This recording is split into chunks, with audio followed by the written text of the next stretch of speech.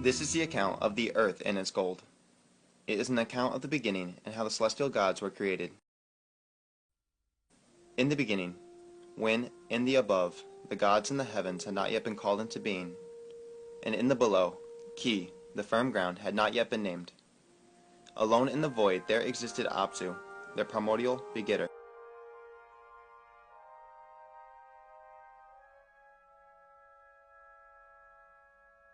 In the waters of the below, the celestial gods had not yet appeared. In the heights of the above, the celestial gods had not yet been created. Above and below, the gods had not yet been formed. Destinies were not yet decreed. No reed had yet been formed, no marshland had appeared. Alone did Apsu reign in the void. Then, by his winds, the primordial waters were mingled. A divine and artful spell Apsu upon the waters cast.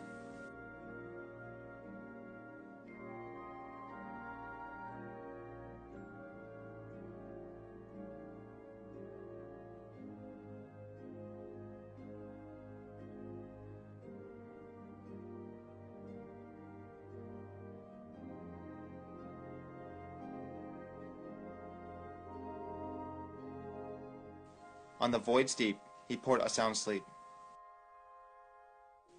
Tiamat, the mother of all, as a spouse for himself he fashioned. A celestial mother, a watery beauty she was indeed.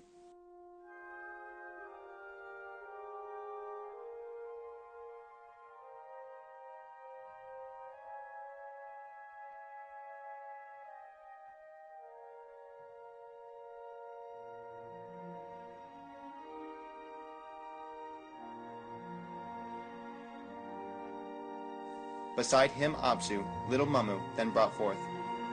As his messenger he him appointed, a gift for Tiamat to present, a gift resplendent to his spouse Apsu granted. A shining metal, the everlasting gold, for her alone to possess. Then it was that the two, their waters mingled, divine children between them to bring forth.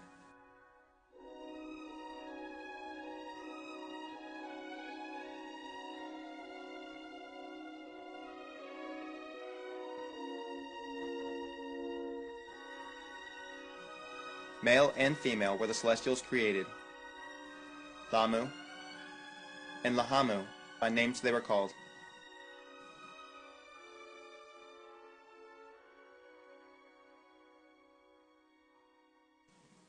In the below did Apsu and Tiamat make them an abode. Before they had grown in age and in stature, in the waters of the above, Anshar and Kishar were formed. Surpassing their brothers in size they were. As a celestial couple, the two were fashioned. A son, An, in the distant heavens, was their heir. Then Antu, to be his spouse, as An's equal, was brought forth. As a boundary of the upper waters their abode was made. Thus were three heavenly couples, below and above, in the depths created. By names they were called, the family of Apsu, with Mummu and Tiamat they formed.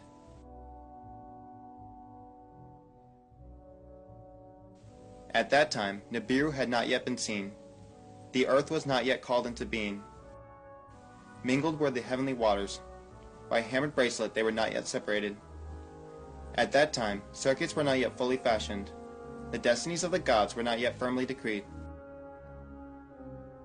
The celestial kinfolk banded together. Erratic were their ways. Their ways to Apsu were verily loathsome. Tiamat, getting no rest, was aggrieved and raged.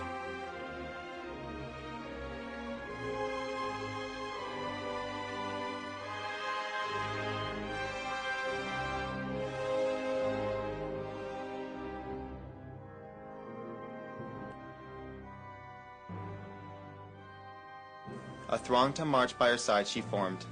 A growling, raging host against the sons of Apsu she brought forth. With all 11 of this kind she brought forth. She made the firstborn, Kingu, chief among them. When the celestial gods of this did hear, for counsel they rallied. Kingu she has elevated, to rank as An, command to him she gave. To each other they said, A tablet of destiny to his chest she has attached, his own circuit to acquire. To battle against the gods, her offspring Kingu she instructed. Who shall stand up to Tiamat, the gods asked each other. None in their circuit stepped forward, none a weapon for battle would bear.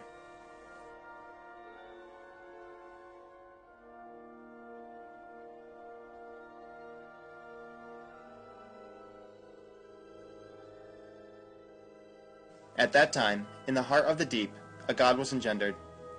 In a chamber of fates, a place of destinies was he born. By an artful creator he was fashioned, the son of his own son he was.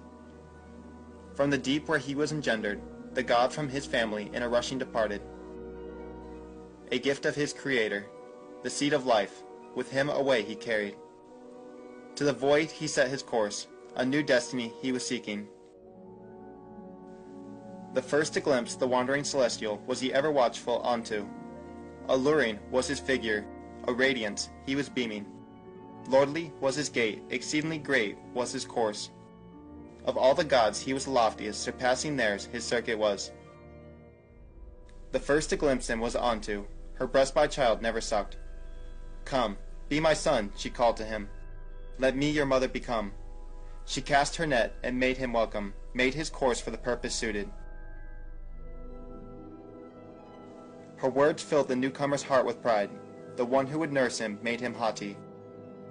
His head to doubled size grew larger. 4 members at his sides he sprouted. He moved his lips in acceptance. A godly fire from them blazed forth. Toward Onto his course he turned, his face to On soon to show. When On saw him, my son, with exultation he shouted, to leadership you shall be consigned. A host by your side will be your servants.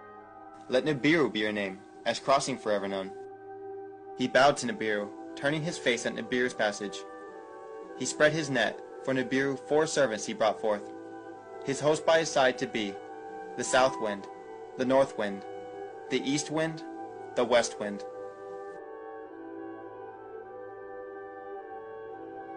With joyful heart, on to Anshar, his forebear, the arrival of Nibiru announced. Anshar, upon hearing this, Gaga, who was by his side, as an emissary sent forth, words of wisdom to On deliver, a task to Nibiru to assign. He charged Gaga to give voice to what was in his heart. To On thus say, Tiamat, she who bore us, now detests us. She has set up a warring host. She is furious with rage. Against the gods, her children, 11 warriors marched by her side. Kingu, among them, she elevated. Destiny to his chest she attached without right. No god among us her venom can stand up. Her host and us all has fear established. Let Nibiru become our avenger. Let him vanquish Tiamat. Let him save our lives. For him decree a fate. Let him go forth and face our mighty foe. To On, Gaga departed. He bowed before him. The words of Anshar he repeated. On to Nibiru his forebears' words repeated. Gaga's message to him he revealed. To the words Nibiru with wonder listened. Of the mother who would her children devour with fascination he heard. His heart, without saying, to set out against Tiamat, him already prompted.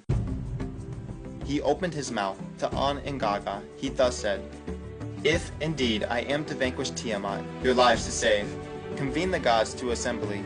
My destiny proclaim supreme. Let all the gods agree in council to make me the leader, bowed to my command.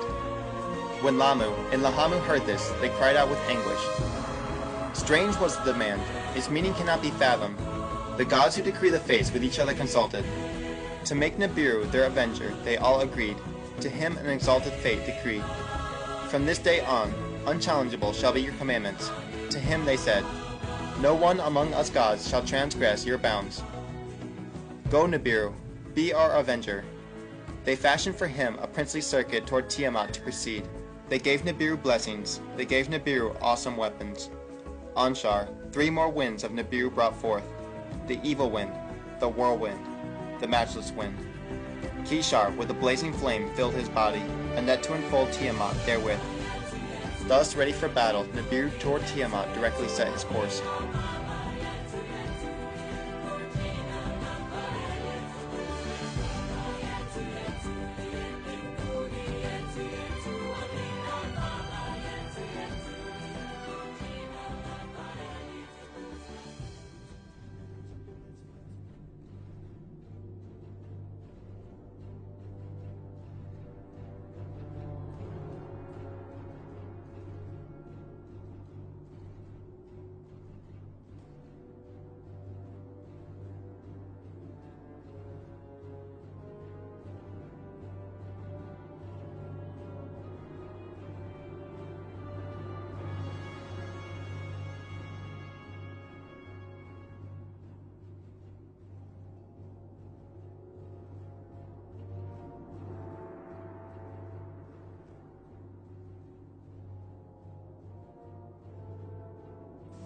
Now this is the account of the celestial battle, and how the earth had come to be, and of Nibiru's destiny.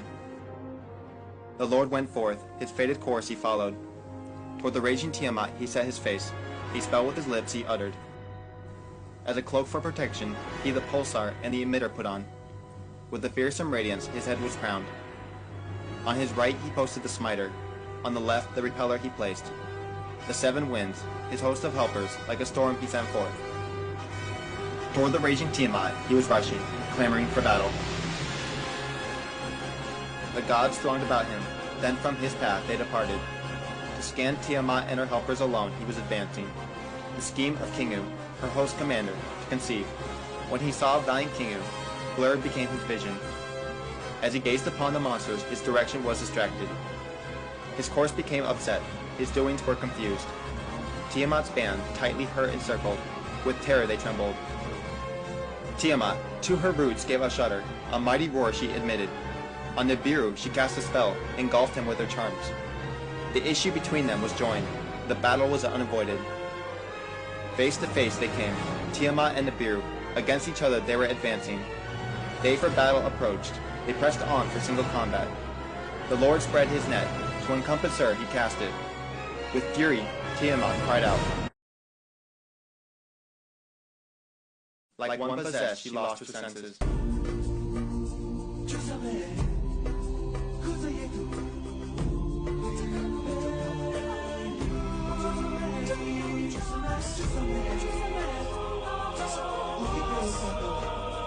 The evil wind, which had been behind him, Nibiru drove forward. In her face he let it loose.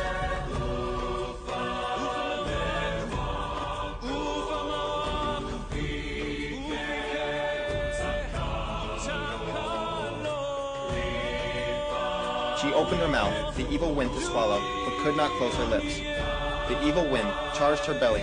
Into her innards it made its way. Her innards were howling. Her body was distended. Her mouth was wide open. Through the opening, Nibiru shot a brilliant arrow, a lightning most divine. It pierced her innards. Her belly it tore apart. It tore into her womb. It split apart her heart. Having thus subdued her, her life breath he extinguished. The lifeless body Nibiru surveyed, like a slaughtered carcass Tiamat now was. Beside their lifeless mistress, her 11 helpers trembled with terror. In Nibiru's net they were captured. Unable they were to flee. Kingu, who by Tiamat was made the host chief, was among them. The Lord put him in fetters. To his lifeless mistress he bound him. He wrested from Kingu the tablets of destinies, unrightly to him given, stamped it with his own seal, fastened the destiny to his own chest. The others of Tiamat's band as captives he bound, in his circuit he them ensnared. He trampled them underfoot, cut them up to pieces. He bound them all to his circuit, to turn around he made them, backward to course. From the place of the battle Nibiru then departed, to the gods who had him appointed the victory to announce. He made a circuit about Apsu, to Kishar and Anshar he journeyed. Gaga came out to greet him. As a herald to the others he then journeyed. Beyond on and onto, Nibiru to the abode, in the deep, proceeded. The fate of lifeless Tiamat, and of Kingu he then considered. To Tiamat, whom he had subdued, the Lord Nibiru then returned. He made his way to her, paused to view her lifeless body. To artfully divide the monster in his heart he was planning. Then, as a muscle, into 2 parts he split her. Her chest from her lower parts he separated. Her inner channels he cut apart. Her golden veins he beheld with wonder.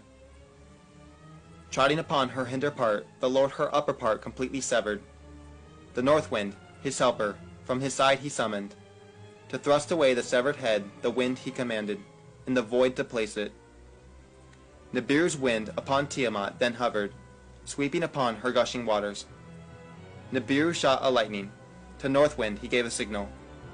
In a brilliance was Tiamat's upper part to a region unknown carried. With her the bound Kingu, who was also exiled, of the severed part a companion to be.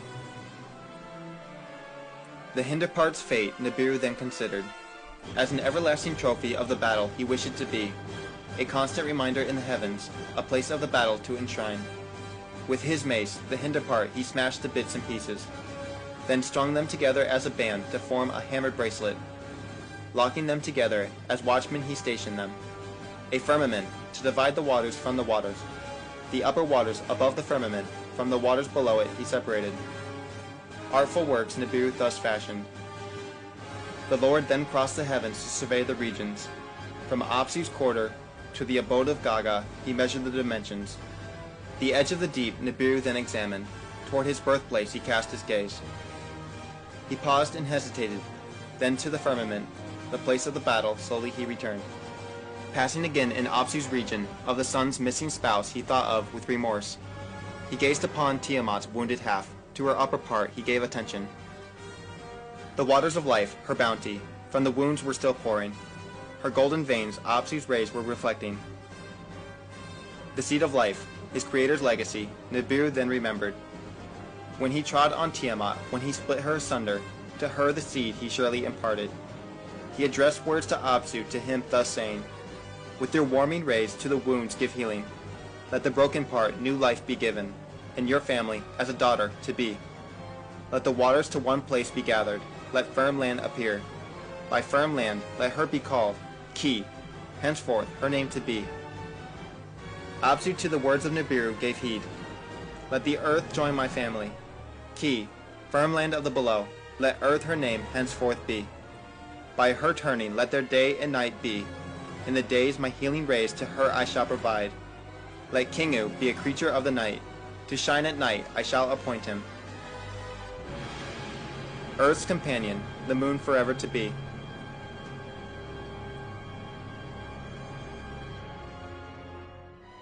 Nibiru the words of Apsu with satisfaction heard. He crossed the heavens and surveyed the regions. To the gods who had him elevated he granted permanent stations. Their circuits he destined, that none shall transgress nor fall short of each other. He strengthened the heavenly locks. Gates on both sides he established. An outermost abode he chose for himself.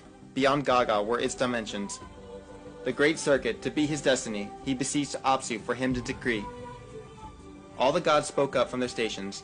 Let Nibiru's sovereignty be surpassing. Most radiant of the gods is he. Let him truly the son of the sun be. From his quarter Apsu gave his blessing. Nibiru shall hold the crossing of heaven and earth. Crossing shall be his name. The gods shall cross over neither above nor below. He shall hold the central position. The shepherd of the gods he shall be. A shar shall be his circuit, that his destiny will forever be.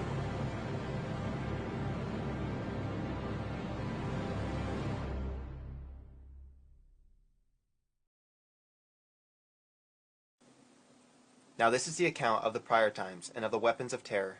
Before the prior times was the beginning. After the prior times were the olden times. In the olden times, the gods came to the earth and created the earthlings. In the prior times, none of the gods was on the earth, nor were the earthlings yet fashioned.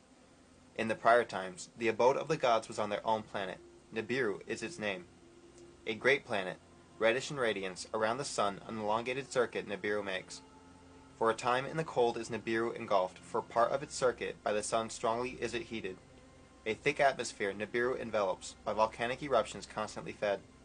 All manner of life this atmosphere sustains. Without it there will be only perishing.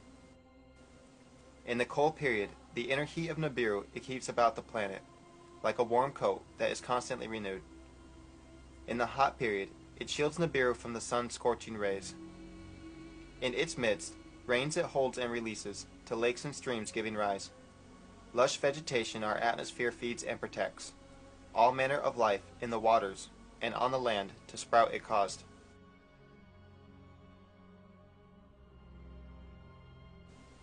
After aeons of time our own species sprouted, by our own essence an eternal seed to procreate.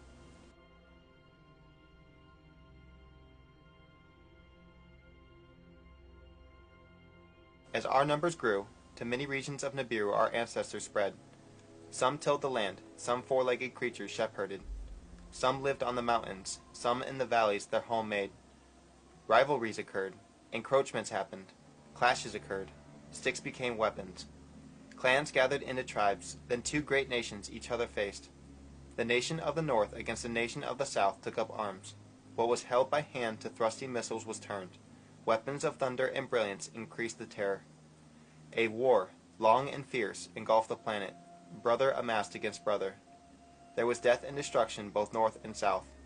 For many circuits, desolation reigned the land. All life was diminished. Then a truce was declared. Then peacemaking was conducted. Let the nations be united, the emissary said to one another. Let there be one throne on Nibiru, one king to reign over all. Let a leader from north or from south by lot be chosen, one king supreme to be. If he be from north, let south choose a female to be his spouse, as an equal queen to reign alongside. If by lot a south male be chosen, let the north female be his spouse. Husband and wife let them be, as one flesh to become. Let their firstborn son be the successor. Let a unified dynasty thus be formed, unity on Nibiru forever to establish. In the midst of the ruins, peace was started. North and south by marriage were united. The royal throne into one flesh combined, an unbroken line of kingship established. The first king after peace was made, a warrior of the north he was, a mighty commander. By lots, true and fair, was he chosen. His decrees in unity were accepted. For his abode he built a splendid city. A god, unity meaning, was its name. For his reign a royal title he was granted. On it was, the celestial one, was its meaning. With strong arm, order in the lands he re-established. Laws and regulations he decreed. Governors for each land he appointed. Restoration and reclamation was their foremost task. Of him in the royal annals, thus it was recorded. On, the lands unified. Peace on Nibiru he restored. He built a new city. The canals he repaired. Food to the people he provided. There was abundance in the lands. For his spouse, the south, a maiden had chosen. For both love and warring she was noted. Onto was her royal title. The leader who is On's spouse the given name cleverly did mean. She bore On 3 sons and no daughters. The firstborn son was by her named Enki. By On a solid foundation was its meaning. Alone on the throne he was seated. A spouse to choose was twice postponed. In his reign, concubines were brought into the palace. A son to him was not born. The dynasty thus begun was by the death of Enki disrupted. On the foundation no offspring followed. The middle son, though not the firstborn, the legal heir was pronounced.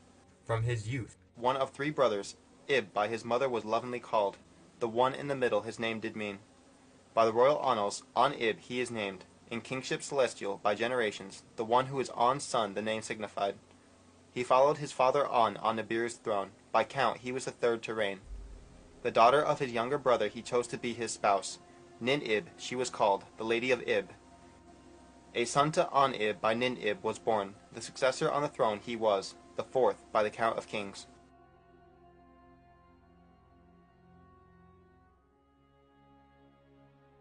By the royal name On-Shargal he wished himself to be known.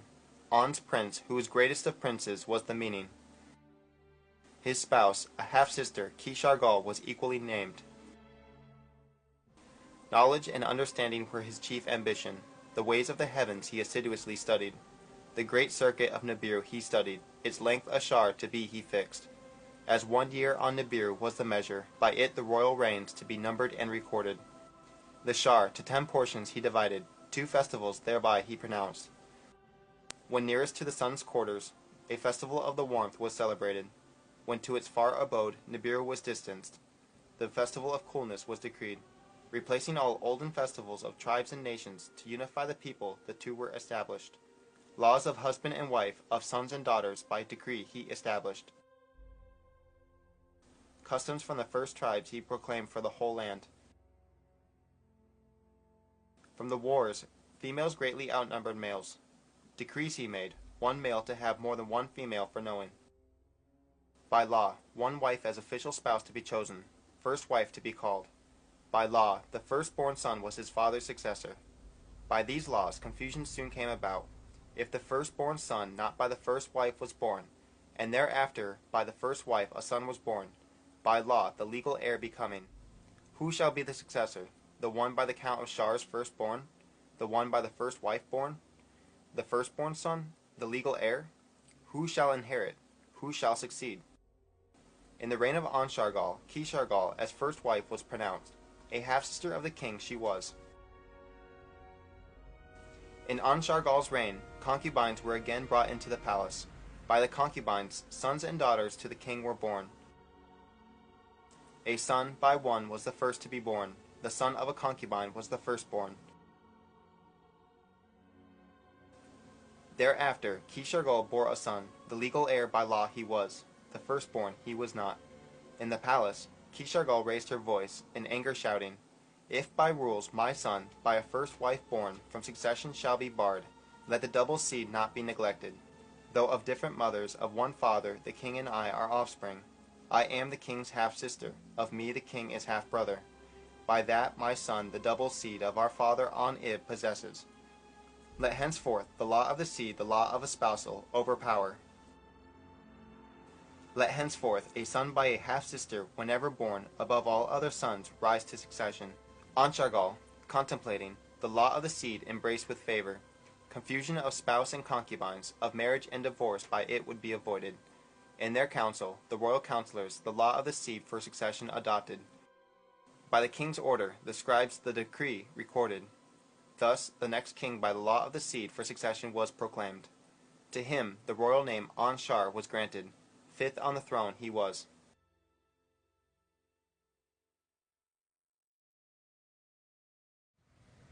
Now this is the account of the reign of Anshar and the kings who followed. When the law was changed, the other princes were contending. Words there were, rebellion there was not. As his spouse, Anshar, a half-sister chose. He made her first wife, by the name Kishar she was called. Thus was by this law the dynasty continued. In the reign of Anshar the fields diminished their yields. Fruits and grains lost abundance. From circuit to circuit, nearing the sun, heat grew stronger. In the faraway abode, coolness was more biting. In Agad, the throne city, the king, those of great understanding assembled. Learned savants, those of great knowledge to inquire were commanded. The land and the soil they examined. The lakes and the streams they put to the test. It has happened before, some gave an answer. Nibiru in the past, colder or warmer, has grown. A destiny it is, in the circuit of Nibiru embedded. Others of knowledge, the circuit observing, Nibiru's destiny to blame did not consider. In the atmosphere, a breaching has occurred. That was their finding. Volcanoes, the atmosphere's forebears, less belching, were spitting up. Nibiru's air has thinner been made. The protective shield has been diminished. In the reign of Anshar and Kishar, pestilences of field made appearance. Toil could them not overcome. Their son, Enshar, then the throne ascended. Of the dynasty the sixth he was. Lordly master of the Shar, the name did signify. With great understanding he was born. With much learning he mastered much knowledge. To remedy the afflictions, ways he sought. Of Nibiru's heavenly circuit he made much study. In its loop, of the sun's family, 5 members it embraced, planets of dazzling beauty. For cures to the afflictions, their atmospheres he caused to be examined. To each he gave a name. Ancestral forefathers he honored. As heavenly couples he them considered. On and onto the twin-like planets he called the first 2 to be encountered. Beyond in Nibiru's circuit were Anshar and Kishar, in their size the largest. As a messenger, Gaga among the others coursed, sometimes first Nibiru to meet. 5 in all were Nibiru's heavenly greeters, as the sun it circled. Beyond, like a boundary, the hammered bracelet the sun encircled. As a guardian of the heaven's forbidden region with havoc it protected. Other children of the sun, 4 in number, from intrusion the bracelet shielded. The atmospheres of 5 greeters Enshar set out to study. In its repeating circuit the 5 in Nibiru's loop carefully were examined. What atmospheres they possessed by observation and with celestial chariots intensely were examined. The findings were astounding, the discoveries confusing. From circuit to circuit Nibiru's atmosphere more belching suffered. In the councils of the learned, cures were avidly debated. Ways to bandage the wound were urgently considered. A new shield to embrace the planet was attempted. All that was thrust up back to the ground came down. In the councils of the learned, the belching volcanoes were studied. The atmosphere by belching volcanoes having been created, its wound by their diminished belching had come to be. Let the invention of new belching be encouraged. Let volcanoes spew again, one savants group was saying. How the feat to achieve, with what tools more belching to attain, none the king could inform. In the reign of Enshar the breach in the skies grew bigger. Rains were withheld. Winds blew harder. Springs from the depths did not rise. In the lands there was an accusation. The breasts of mothers were dry. In the palace there was distress. the accusation therein took hold, as his first wife, Enshar, a half-sister, did espouse, by the law of the seed abiding. Ninshar she was called, of the Shars the lady, a son she did not bear. By a concubine to Enshar a son was born, the firstborn son he was. By Ninshar, the first wife and half-sister, a son was not brought forth. By the law of succession the concubine's son the throne ascended, the seventh to reign he was. Du-Uru was his royal name, in the dwelling place fashioned was its meaning. In the house of concubines, not in the palace, was he indeed conceived. As his spouse, a maiden from his youth, beloved Du-Uru chose. By love, not by seed, a first wife he selected. Da-Uru was her royal name, she who is by my side was the meaning. In the royal court confusion was rampant. Sons were not heirs, wives were not half-sisters. In the land suffering was increasing. The fields forgot their abundance. Among the people fertility was diminished. In the palace fertility was absent, neither son nor daughter was brought forth. Of On's seed 7 were rulers, then of his seed the throne was dry. Da-Uru, a child at the palace gateway found, as a son she embraced him. Du-Uru in the end as a son him adopted, legal heir him decreed. Lama, meaning dryness, was his given name. In the palace the princes were grumbling, in the council of the counselors there was complaints. In the end Lama the throne ascended, though not of On's seed he was the 8th to reign. In the councils of the learned, to heal the breach there was 2 suggestions. One was to use a metal, gold was its name. On Nibiru it was greatly rare, within the hammered bracelet it was most abundant. It was the only substance that to the finest powder could be ground, lofted high to heaven, suspended it could remain. Thus, with replenishments, the breach it would heal, protection make better. Let celestial boats be built, let a celestial fleet the gold to Nibiru bring over. Let the weapons of terror be created, was the other suggestion, weapons that the ground shake loose, the mountains split asunder. With missiles the volcanoes to attack, their dormancy to bestir, their belching to increase, the atmosphere to replenish, the breach to make disappear. For a decision Lama was too feeble, what choice to make he knew not. 1 circuit Nibiru completed, 2 shars, Nibiru to count continued. In the fields affliction was not diminished. By volcanic belching the atmosphere was not repaired. A 3rd shar passed, a 4th was counted, gold was not obtained. In the land strife was abundant, food and water were not abundant.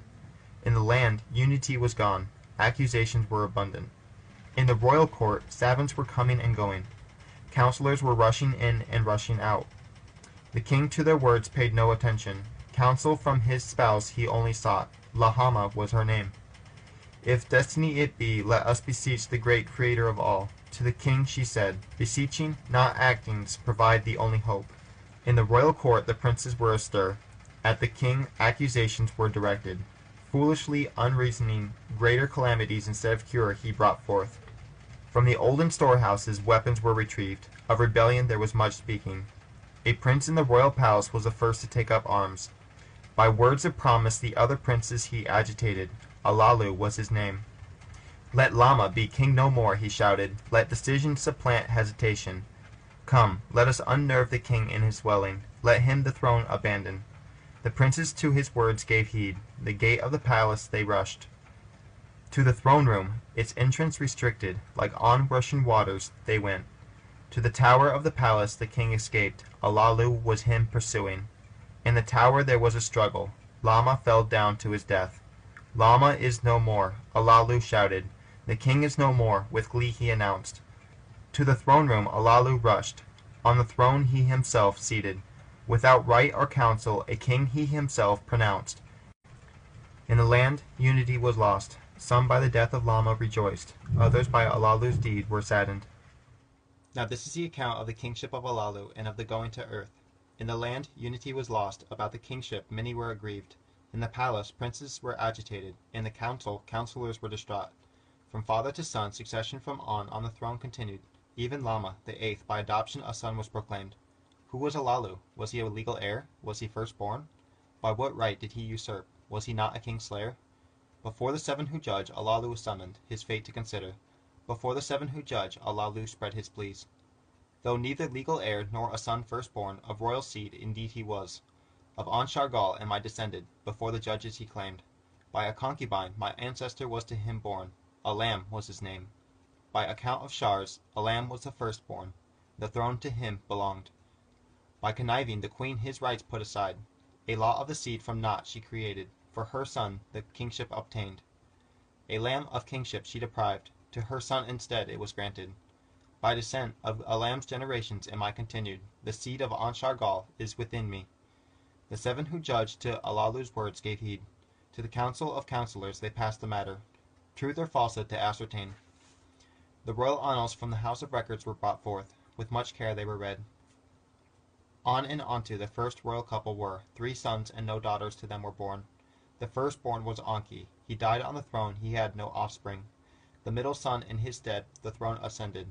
On-Ib was his name. An-Shargal was his firstborn. The throne he ascended. After him on the throne kingship by the firstborn did not continue. The law of succession by the law of the seed was supplanted. A concubine's son was the firstborn. By the law of the seed of kingship he was deprived. The kingship instead to Ki-Shargal's son was granted. Her being a half-sister of the king was the reason. Of the concubine's son, the firstborn, the annals made no record. Of him I am descended, Alalu to the councillors cried out. By the law of succession to him kingship belonged. By the law of succession to kingship am I now entitled. With hesitation the councillors of Alalu an oath of truth demanded. Alalu swore the oath of life or death. As king the council him considered. They summoned the elders, they summoned the princes. Before them the decision was pronounced. From among the princes a young prince stepped forward. About the kingship words he wished to say. Succession must be reconsidered, to the assembly he said. Though neither firstborn nor by the queen a son, of pure seed am I descended. The essence of An in me is preserved, by no concubine diluted. The councillors heard the words with amazement. The young prince to step closer they summoned. They asked for his name. It is Anu, after my forefather An am I named. They inquired about his generations. Of An's 3 sons he them reminded. Enki was the firstborn. Without son or daughter he died. On-Ib was the middle son. Instead of Enki the throne he ascended. On-Ib the daughter of his younger brother took to be his wife. From them onward the succession is in the annals recorded. Who was that younger brother? A son of An and Antu, one of purest seed.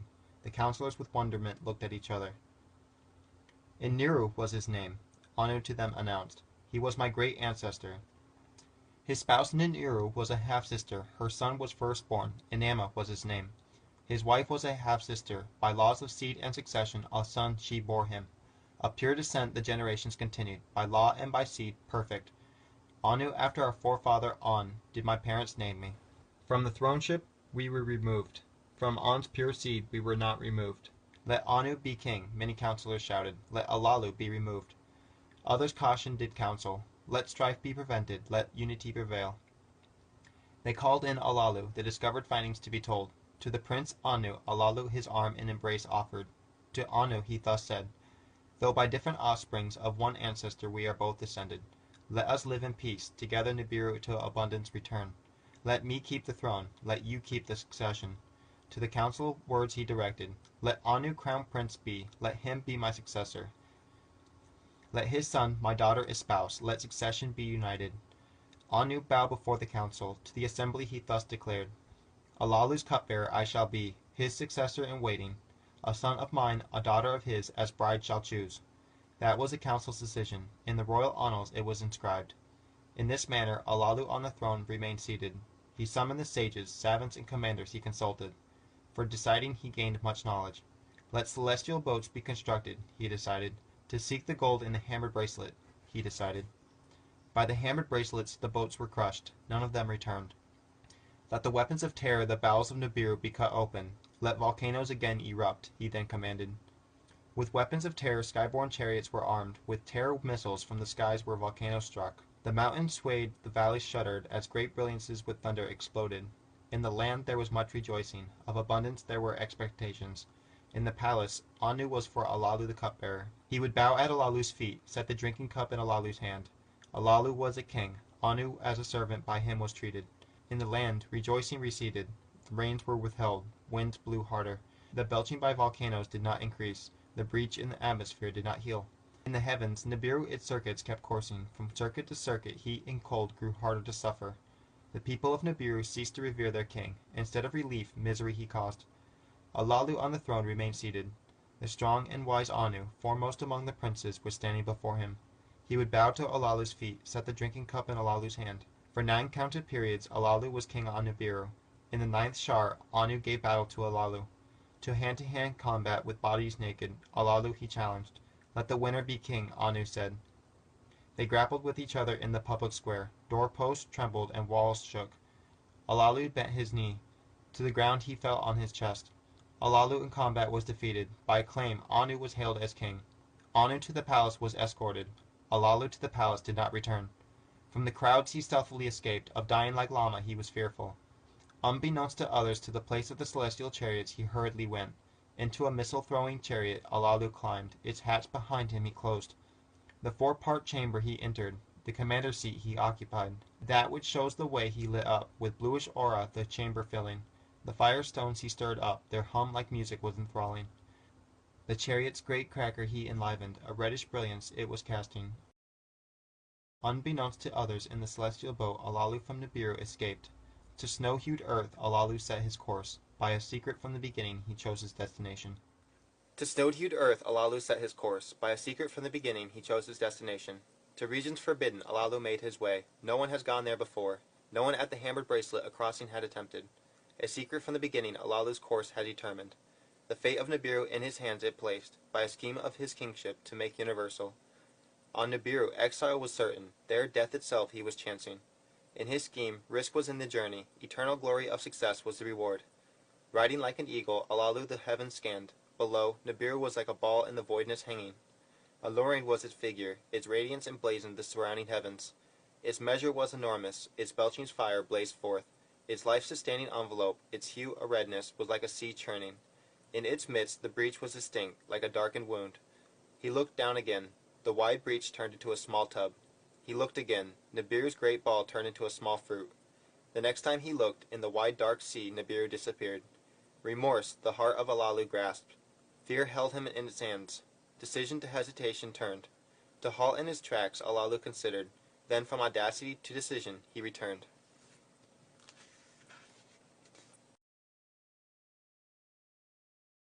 100 leagues, 1,000 leagues, the chariot was coursing. 10,000 leagues, the chariot was journeying. In the wide heavens darkness was the darkest. In the faraway, distant stars their eyes were blinking. More leagues Alalu traveled. Then a sight of great joy met his gaze. In the expanse of the heavens the celestial's emissary was him greeting. Little Gaga, the one who shows the way, by its circuit Alalu was greeting, to him a welcome extending. With a leaning gait before and after the celestial unto it was destined to travel. To face forward, to face backward, with 2 facings was it endowed. Its appearance as first to greet Alalu was as a good omen he at once considered. By the celestial gods he is welcomed, so was his understanding. In his chariot Alalu followed Gaga's path. To the second god of the heavens it was directing. Soon celestial Antu, its name by King Enshar was given, in the deep darkness was looming. Blue as pure waters was her hue, of the upper waters she was the commencement. Alalu by the sight's beauty was enchanted. To course at a distance he continued. In the far beyond, Antu's spouse began to shimmer. By size, Antu's the equal. As a spouse's double, by a greenish blueness was undistinguished. A dazzling host encircled it on its side. With firm grounds they were provided. To the 2 celestials Alalu bade a fond farewell, the path of Gaga still discerning. The way it was showing to its olden master, of whom it was once the counselor. To Anshar, the foremost prince of the heavens, the course was a turning.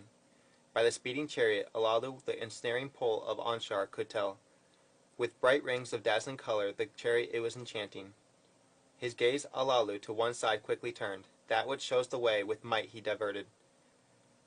A sight most awesome then to him appeared. In the faraway heavens the family's bright star he discerned. A sight most frightening the revelation followed. A giant monster, in its destiny moving, upon the sun a darkening cast. Kishar, its creator swallowed. Frightening was the occurrence, an evil omen, Alalu indeed thought. The giant Kishar, foremost of the firm planets, its size was overwhelming. Swirling storms obscured its face, colored spots they moved about. A host beyond counting, some quickly, some slowly, the celestial god encircled. Troublesome were their ways, back and forth they were surging. Kishar itself a spell was casting, divine lightnings it was thrusting. As Alalu looked on, his course became upset. His direction was distracted, his doings became confused. Then the deepness darkening began to depart. Kishar on his destiny continued to circuit. Slowly moving its veil from the shining sun, it lifted. The one from the beginning came fully into view. Joy in Alalu's heart was not long-lasting. Beyond the fifth planet the utmost danger was lurking. So indeed he knew. The hammered bracelet ahead was raining. To demolish it was awaiting. Of rocks and boulders was it together hammered. Like orphans with no mother they banded together. Surging back and forth, a bygone destiny they followed. Their doings were loathsome. Troubling were their ways. Nibiru's probing chariots like preying lions they devoured. The precious gold, needed for surviving, they refused to dislodge.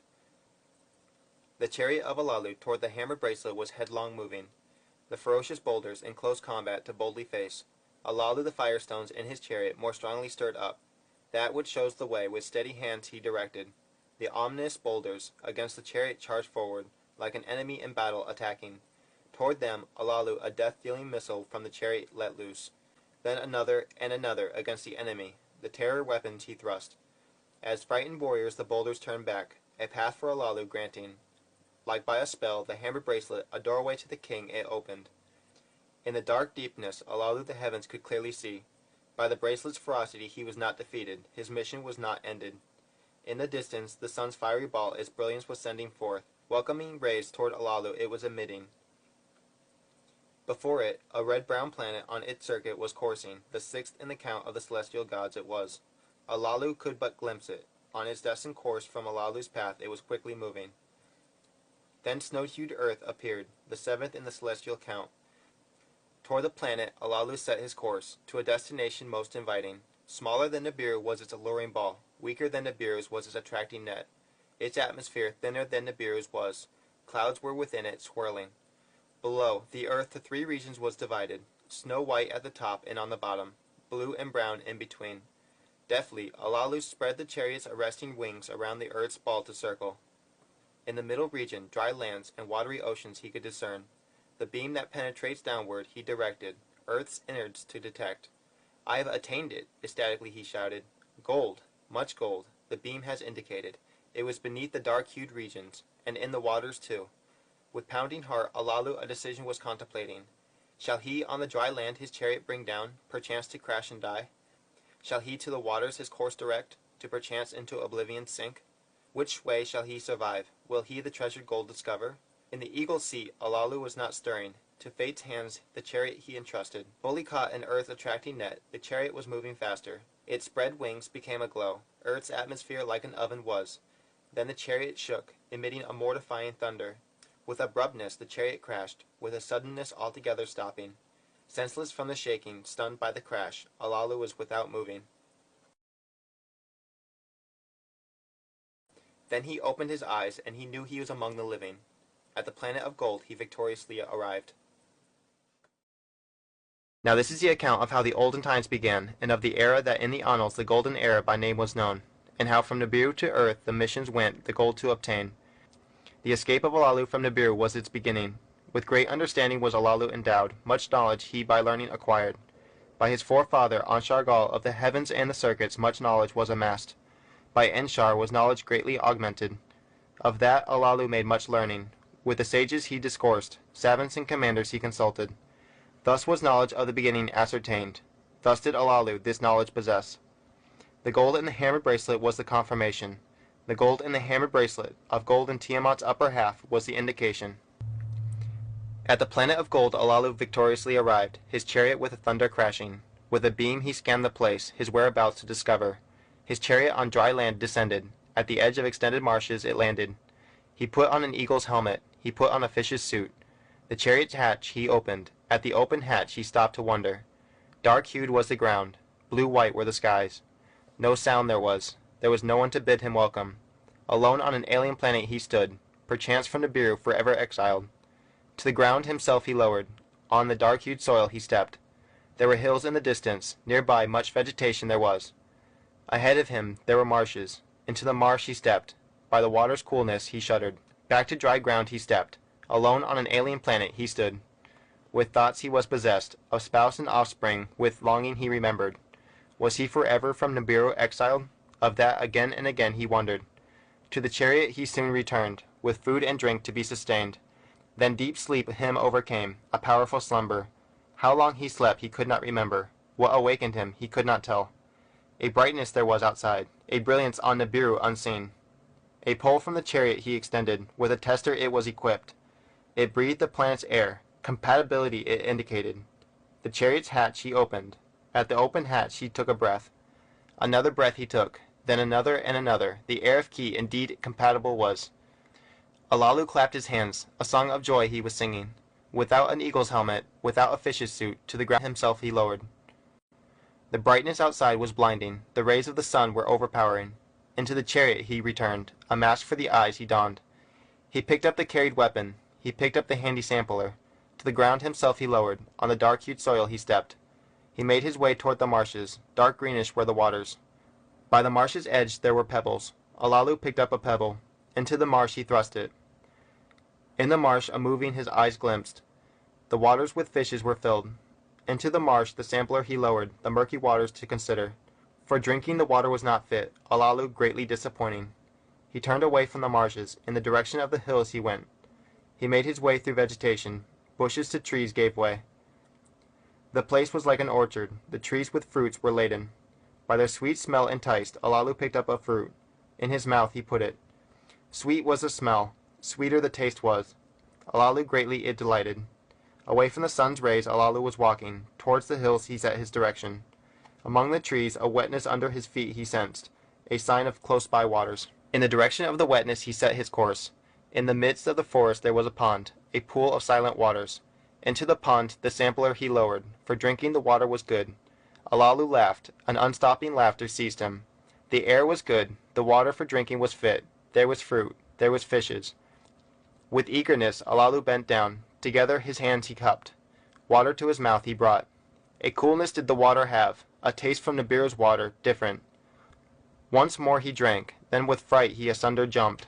A hissing sound he could hear. A slithering body by the poolside was moving. His carried weapon he seized. A blast of its ray toward the hissing sound he directed. The moving stopped. The hissing was ended. To examine the danger Alalu stepped forward. The slithered body lay still. Dead was the creature, a sight most strange. Like a rope its long body was. Without hands or feet was the body. Fierce eyes were in its small head. Out of its mouth a long tongue was sticking. A sight on Nibiru never beheld it was. A creature of another world. Was it the orchard's guardian? Alalu by himself pondered. Was it the water's master? Himself he asked. In his carried flask he some water collected. With alertness to the chariot he made his way. The sweet fruits he also picked. To the chariot he set his course. The brightness of the sun's rays was greatly diminished. Darkness it was as the chariot he reached. The shortness of the day Alalu pondered. Its shortness him amazed. From the direction of the marshes a cool lightness on the horizon was rising. A white-hued ball in the heavens was quickly rising. Kingu, the earth's companion, he now beheld. What in the accounts of the beginning his eyes the truth could now see. The planets and their circuits, the hammered bracelet, Ki, the earth, Kingu, its moon, all created were, all by names were called. In his heart Alalu knew one more truth a beholding needed. The gold, the means of salvation to be found was needed. If truth be in the beginning tales, if by the waters the golden veins of Tiamat were washed, in the waters of Ki, its cut off half, gold must be found. With hands unsteady Alalu the tester from the chariot's pole dismantled. With trembling hands the fish's suit he donned, the fast arriving daylight eagerly awaiting. At daybreak the chariot he exited. To the marshes he quickly stepped. Into deeper waters he waded. The tester in the waters he inserted. Its illuminated face he eagerly watched. In his chest his heart was pounding. The water's contents was the tester indicating, by symbols and numbers its finding disclosing. Then Alalu's heartbeat stopped. There is gold in the waters, the tester was telling. Unsteady on his legs, Alalu stepped forward. Deeper into the marshes he made his way. Again he the tester into the waters inserted. Again the tester, gold announced. A cry of triumph from Alalu's throat emanated. Nibiru's fate in his hands now was. Back to the chariot he made his way. The fish's suit off he took. The commander's seat he occupied. The tablets of destinies, that knows all circuits he enlivened. To Nibiru's circuit to find the direction. The speaker of words he stirred up. Toward Nibiru the words to carry. Then to Nibiru words he uttered. Thus he was saying. The words of the great Alalu to Anu on Nibiru are directed. On another world I am. The gold of salvation I have found. The fate of Nibiru is in my hands. To my conditions you must give heed. The fate of Nibiru is in my hands. To my conditions you must give heed. Those were the words of Alalu. From dark-hued earth to Nibiru they were by the speaker beamed. When the words of Alalu to Anu, the king, were conveyed, Anu astounded was. Astounded were the counselors. Amazed were the sages. Alalu is not dead? They each asked each other.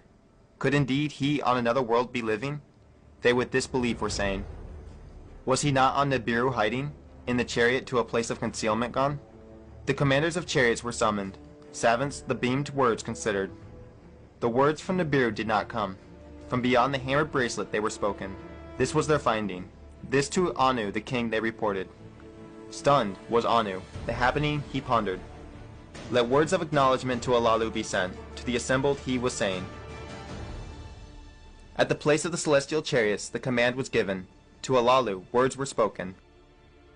Anu, the king, to you his greeting sends. Of your well-being to learn he is pleased. For your departing from Nibiru there was no reason. Enmity is not in Anu's heart. If gold for salvation you have indeed discovered, let Nibiru be saved. The words of Anu, Alalu's chariot, did reach. Alalu them quickly answered. If your savior I am to be, your lives to save, convene the princes to assembly. My ancestry declares supreme. Let the commanders make me their leader. Bow to my command. Let the council pronounce me king. On the throne Anu to replace. When the words of Alalu on Nibiru were heard, great was the consternation. How could Anu be disposed? The counselors asked each other. What if Alalu mischief, not truth, is telling? Where is his asylum? Did gold indeed he find? They summoned the sages. Of the wise and learned counseling they asked. The oldest of them spoke. I am Alalu's master, he was saying. He had hearkened to teachings of the beginning. Of the celestial battle he was learning. Of the watery monster, Tiamat, and her golden veins he knowledge acquired. If indeed beyond the hammered bracelet he had journeyed, on earth, the seventh planet, is his asylum. In the assembly a prince spoke up. A son of Anu he was. Of the womb of Antu, Anu's spouse, he was the issue. Enlil was his name. Lord of the command it meant. Words of caution he was saying. Of conditions Alalu cannot speak. Calamities were his handiwork. By single combat and wrestling he the throne forfeited. If Tiamat's gold he indeed had found, proof of that is needed. Is it for protecting our atmosphere sufficient? How through the hammered bracelet to Nibiru can it be brought? Thus did Enlil, the son of Anu, speak. Others many questions also asked. Much proof was greatly needed. Many answers are required. All agreed. The words of assembly to Alalu were conveyed. A response demanded. Alalu the words merit pondered. To transmit his secrets he agreed. Of his journey and its perils in truth he an account gave. Of the tester its crystal innards he removed. From the sampler its crystal heart he took out. Into the speaker he the crystals inserted. All the findings to transmit. Now that proof has been delivered, declare me king. Bow to my command, he sternly demanded. The sages were aghast. With weapons of terror Alalu on Nibiru more havoc caused. With weapons of terror a path through the bracelet he blasted.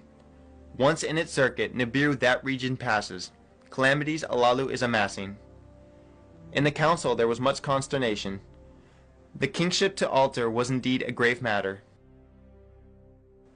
Anu, not by ancestry alone, was king.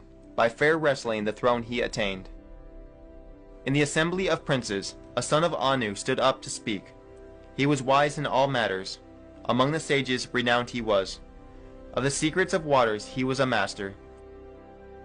Ea, he whose home is water, he was called. Of Anu he was the firstborn. To Damkina, Alalu's daughter, he was espoused. My father by birth is Anu the king, Ea was saying. Alalu by marriage my father is. To bring the two clans into unison was my espousal's intention. Let me be the one, in this conflict, unity to bring. Let me Anu's emissary to Alalu be. Let me be the one Alalu's discoveries to uphold. Let me in a chariot to earth journey. A path through the bracelet with water, not fire, I shall fashion. On earth, from the waters let me the precious gold obtain. To Nibiru back it will be sent. Let Alalu be king on earth, a verdict of the sages awaiting. If Nibiru it will save, let there be a second wrestling. Who shall Nibiru rule? Let it determine. The princes, the counselors, the sages, the commanders, heard Ea's words with wonder. Full of wisdom they were, for conflict they solution found. Let it be so, Anu announced. Let Ea journey, let the gold be tested. Alalu a second time I shall then wrestle. Let the winner be on Nibiru king. The words of decision to Alalu were conveyed.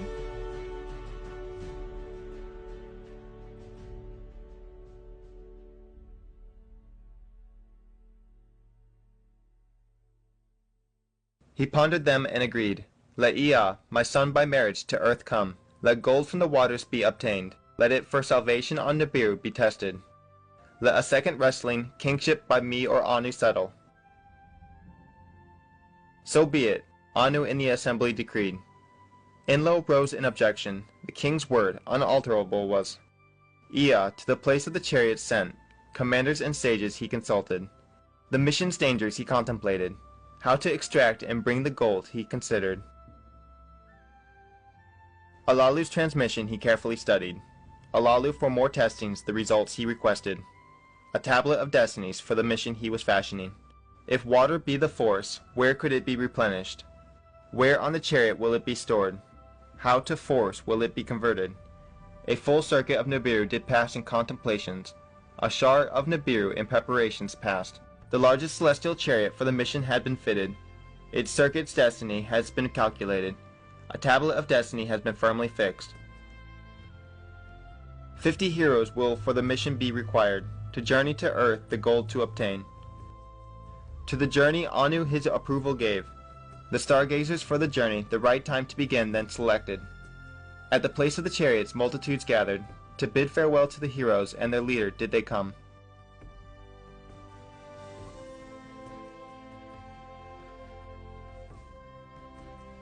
Bearing eagles' helmets, carrying each a fish's suit, the heroes the chariot one by one entered.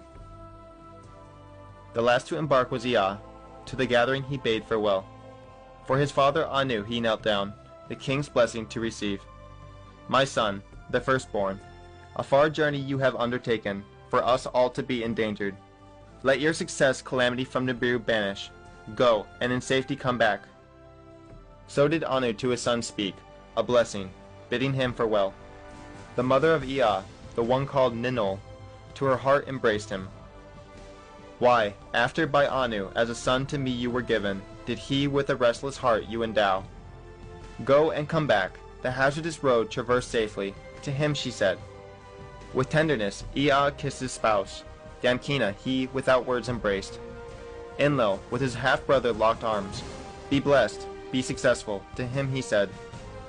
With heavy heart, Ea the chariot entered, to soar up the command he gave.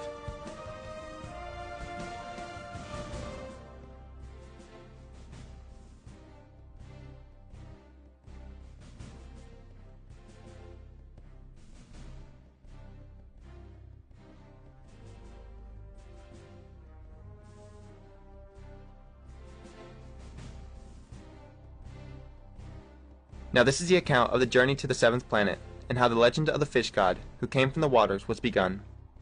With heavy heart, Ea the chariot entered, to soar up the command he gave. The commander's seat by Anzu, not Ea, was occupied. Anzu, not Ea, was the chariot's commander. He who knows the heavens, his name's meaning was, for the task he was especially selected. A prince among the princes he was, of royal seed his ancestry he counted. The celestial chariot he deftly guided, from Nibiru it powerfully soared. Toward the distant sun he it directed. 10 leagues, 100 leagues, the chariot was coursing. 1,000 leagues the chariot was journeying. Little Gaga came out to greet them. A welcome to the heroes it was extending. To blue-hued Antu, the beautiful enchantress, it showed the way. By her sight Anzu was attracted. Let us examine her waters, Anzu was saying. Ea, to continue without stopping, gave the word. It is a planet of no return, he forcefully said. Toward the heavenly On, the third in planetary counts, the chariot continued. On his side was On lying. His host of moons about him were whirling. The tester's beams, the presence of water was revealing. A stop if needed to Ea it was indicating. To continue the journey was Ea saying. Toward Anshar, the heaven's foremost prince, he was directing. Soon the ensnaring pull of Anshar they could tell. His colored rings with fear they admired. Deftly did Anzu the chariot guide. The crushing dangers he cleverly avoided.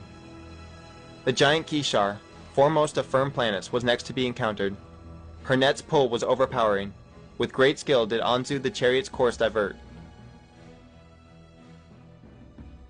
With fury, Kishar at the chariot divine lightnings was thrusting. Her host at the uninvited she directed. Slowly Kishar moved away. For the chariot, the next enemy to encounter, beyond the fifth planet, the hammered bracelet, was lurking. Ea, his handiwork to set a whirling, commanded.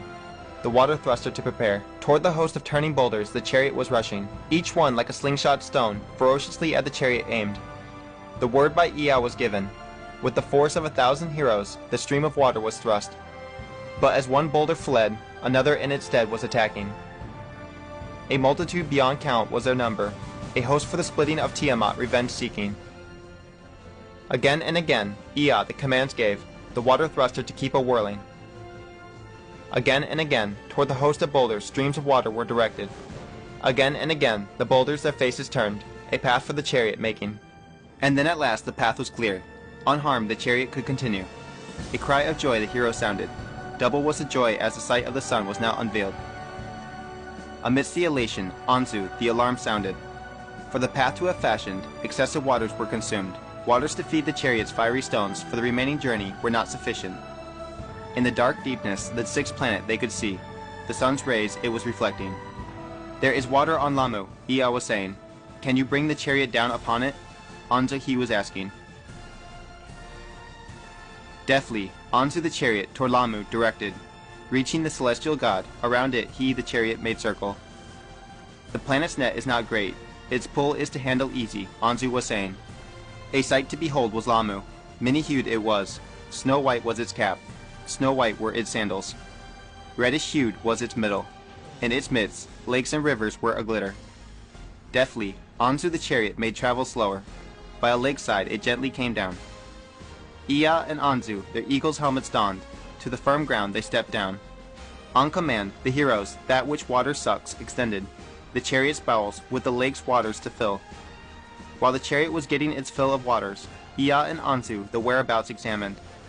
With tester and sampler, all the matters they ascertained. The waters were good for drinking, the air was insufficient. All was in the chariot's annals recorded, the need for the detour described. With its vigor replenished, the chariot soared up, to benevolent Lamu, farewell bidding.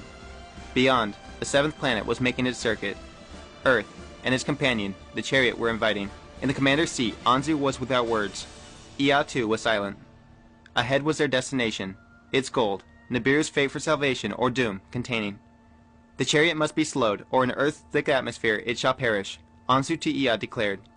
Around the Earth's companion, the moon, make slowing circles, Ea to him suggested. They circled the moon. By the vanquishing Nibiru in the celestial battle it prostrate and scarred was lying. Having the chariot thus slowed down, toward the seventh planet Anzu the chariot directed. Once, twice, the Earth's globe he made the chariot circle. Ever closer to the firm ground he lowered it. Snow-hued was 2/3 of the planet. Dark-hued was its middle. They could see the oceans. They could see the firm lands. For the signal beacon from Alalu they were searching. Where an ocean touched dry land, where 4 rivers were swallowed by marshes, Alalu's signal was beaconed. Too heavy and large the chariot is for the marshes, Anzu was declaring. The Earth's pulling net, too powerful for on dry land to descend it is, Anzu to Ea announced. Splash down in the ocean's waters, Ea to Anzu shouted. Around the planet, Anzu made one more circuit. The chariot with much care toward the ocean's edge he lowered. The chariot's lungs he filled with air. Into the waters down it splashed. Into the depths it was not sinking. From the speaker a voice was heard. To Earth be welcomed, Alalu was saying. By his beamed words, the direction of his whereabouts was determined. Toward the place Anzu the chariot directed. Floating as a boat it was upon the waters moving. Soon the wide-ranging ocean narrowed. Dry land on both sides as guarding appeared. On the left side brown-hued hills were rising. On the right mountains to heaven their heads raised. Toward the place of Alalu was the chariot moving. floating like a boat upon the waters it was. Ahead, the dry land was covered with flooding, marshes the ocean were replacing. Anzu to heroes commands uttered. Their fish's suit to put on he ordered. A hatch of the chariot was then opened. Into the marshes the heroes descended. Strong ropes to the chariot they attached. With the ropes the chariot they were pulling. Alalu's beamed words more powerful were becoming. Hurry, hurry, he was saying. At the edge of the marshes a sight there was to behold. Gleaming in the sun rays was a chariot from Nibiru. Alalu's celestial boat it was. The heroes their paces quickened. Toward Alalu's chariot they were hurried. Impatient, Ea donned the fish's suit. Within his chest his heart was like a drum beating. Into the marsh he jumped. Toward his edge hurried steps he directed. High were the marshes flooding. Deeper was the bottom than he expected. He changed his gait to swimming. With bold strokes forward he advanced. As dry land he was approaching. Green meadows he could see. Then his feet touched firm ground. He stood up and by walking he continued. Ahead he could see Alalu standing, with his hands with vigor waving. Coming out of the waters, ashore Ea stepped. On dark-hued earth he was standing. Alalu toward him came running. His son by marriage he powerfully embraced. Welcome to a different planet, Alalu to Ea said.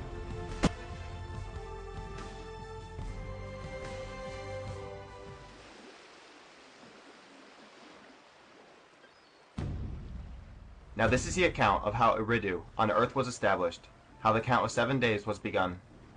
In silence did Alalu Ea embrace, with tears of joy his eyes were filled. Before him Ea bowed his head, respect for his father by marriage he was showing.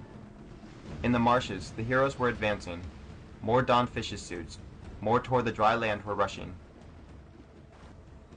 Keep the chariot afloat, Anzu was commanding. In the waters anchor it, the mud ahead avoiding. Ashore stepped the heroes. Before Alalu they were bowing. Ashore came Anzu, the last of the chariot to depart. Before Alalu he bowed. With him Alalu in welcome locked arms. To all who had arrived, Alalu words of welcome spoke. To all who were assembled, Ea words of command spoke. Here on earth I am the commander, he was saying. On a life or death mission we have come. In our hands is Nibiru's fate. He looked about. For a place for encampment he was searching. Heap up soil. Mounds fashioned there. Ea gave command. An encampment to set up. To a place not afar he was pointing. A reed hut abode by Alalu erected. To Anzu then words he directed. To Nibiru words by beaming deliver. To the king my father, Anu, successful arrival announce. Soon the hue of the skies was changing. From brightness to reddish it was turning. A sight never seen before their eyes was unfolding. The sun, as a red ball on the horizon, was disappearing. Fear seized the heroes. Of a great calamity afraid they were. Alalu, with laughter, words of comfort was saying. A setting of the sun it is. The ending of one day on earth it is marking. For a quick rest, lie down. A night on earth is beyond imagining short. Before you expect, the sun will an appearance make. On earth it will be morning. Before expecting, darkness came. The heavens from the earth it separated. Lightnings the darkness pierced. Rains the thunders followed. By winds were the waters blown. Storms of an alien god they were. In the chariot the heroes hunkered down. In the chariot the heroes huddled. Resting to them did not come. They were greatly agitated. With quickened hearts the sun's return they awaited. Smiling when its rays appeared they were. Joyful and backslapping. And it was evening, and it was morning. The first day on earth it was. By daybreak, Ea the ongoings considered. To separate waters from waters heed he was giving.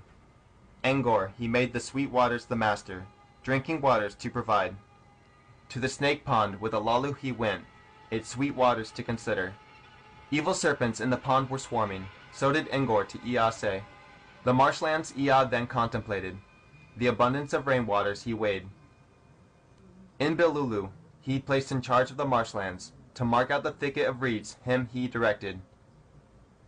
In Kimdu, in charge of ditch and dike, he placed a boundary for the marshes to fashion. For the waters that from heaven rain a gathering place to make. Thus were the waters below from the waters above separated. Marsh waters from sweet waters asunder were set. And it was evening, and it was morning. The second day on earth it was. When the sun morning announced, The heroes their assigned tasks were performing. With Alalu, Ea to the place of grass and trees his steps directed. All that in the orchard grows, herbs and fruits after their kind to examine. To Izimud, his vizier, Ea questions was addressing. What is this plant? What is this plant? Him he was asking. Izimud, one of much learning, food that grows well he could distinguish. He tore a fruit for Ea. A honey plant it is, to Ea he was saying. One fruit he himself ate. One fruit Ea was eating. A food that grows by its good distinguished. Ea the hero guru put in charge. Thus were the heroes, water and food provided. Satiated they were not. And it was evening, and it was morning. The third day on earth it was. On the fourth day the wind ceased blowing. The chariot by waves was not disturbed. Let tools from the chariot be brought. Let abodes in the encampment be built. Ea thus commanded. Kula, in charge of mold and brick, Ea appointed. From the clay, bricks to fashion.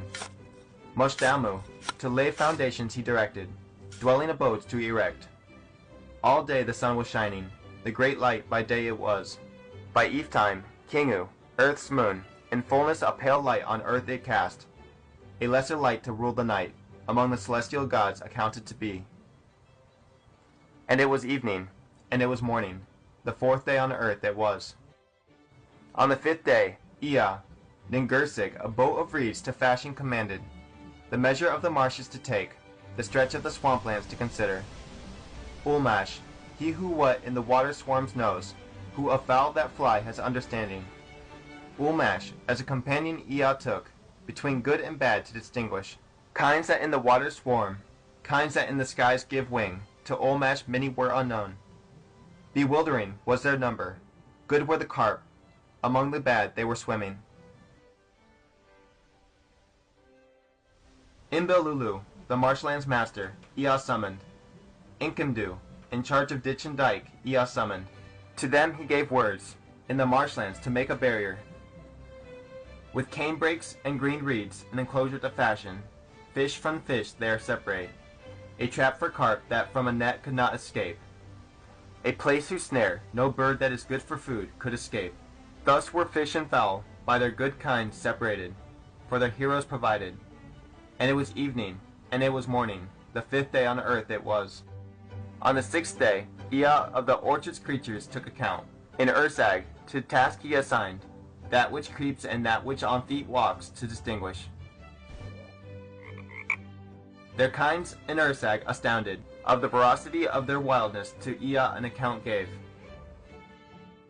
Ea, Kula summoned, to Mashdamu, urgent commands he gave. By eve time the abodes to be completed, by a fence for protection to be surrounded. The heroes to the task put their shoulders, bricks on the foundations were quickly laid. With reeds were the roofings made, of cut down trees was the fencing put up. Anzu, a beam that kills from the chariot brought over. A speaker that words beams, at Ea's abode he set up. By eve time, complete was the encampment, for the night therein the heroes gathered. Ea and Alalu and Anzu the doings considered, all that was done indeed was good. And it was evening, and it was morning, the sixth day. On the seventh day the heroes in the encampment were assembled. To them Ea spoke these words. A hazardous journey we have undertaken. From Nibiru to the seventh planet, a dangerous way we traversed. At Earth, we with success arrived. Much good we attained. An encampment we established. Let this day be a day of rest. The seventh day, hereafter a day of resting, always to be. Let this place, henceforth, by the name Eridu, be called. Home in the faraway, the meaning thereof will be. Let a promise be kept. Let Alalu of Eridu, the commander, be declared. The heroes thus assembled, in unison agreement shouted. Words of consent Alalu uttered, then homage to Ea he greatly paid. Let Ea a second name be given. Nunamud, the artful fashioner, let him be called. In unison the heroes' agreement announced. And it was evening, and it was morning, the seventh day.